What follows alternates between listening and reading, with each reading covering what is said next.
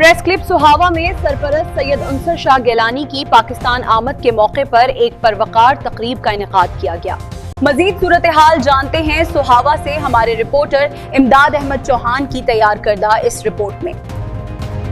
आप देख रहे हैं आज तक न्यूज, खबर सच के साथ। सरप्लस प्रेस क्लब सुहावा सैयद अंसर शाह गिलानी की पाकिस्तान आमद पर प्रेस क्लब सुहावा का दौरा, ओहदेदारान का पुरतपाक इस्तकबाल।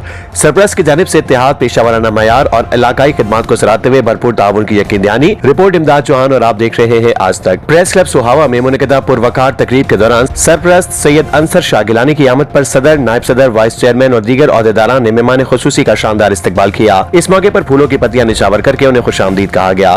तकरीब का बाकायदा आगाज तिलावत कलाम पाक और नाते रसूल मकबूल सल्लल्लाहु अलैहि वसल्लम से हुआ, जिसने महफिल को रूहानी रंग बख्शा। तकरीब के दौरान सरपरस्त को प्रेस क्लब के तमाम अरकान से मुतारिफ करवाया गया, जहां सहाफियों ने अपने पेशावराना तजर्बात और सहाफती खिदमात पर रोशनी डाली। सैयद अंसर शाह गिलानी ने तमाम मेंबरान से फर्दन मुलाकात की और उनके खिदमात को सराहते हुए प्रेस क्लब के इत्तेहाद, भाईचारे और पेशावराना जज्बे को काबिल तकलीद करार दिया।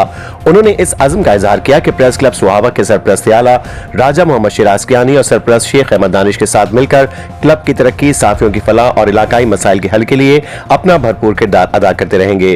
तकरीब के इख्तिताम पर मारूफ फनकार नईम जाफरी ने अपनी सुरीली आवाज में कवाली पेश करके महफिल को यादगार बना दिया, जबकि मेहमानों की तवाज़ा टी ब्रेक से की गई। इस पुरवकार तकरीब का इख्तिताम खुशगवार माहौल में हुआ, जहां शुरका ने इसे एक कामयाब और बामकसद इज्तिमा करार दिया। आज तक न्यूज, खबर सच के साथ।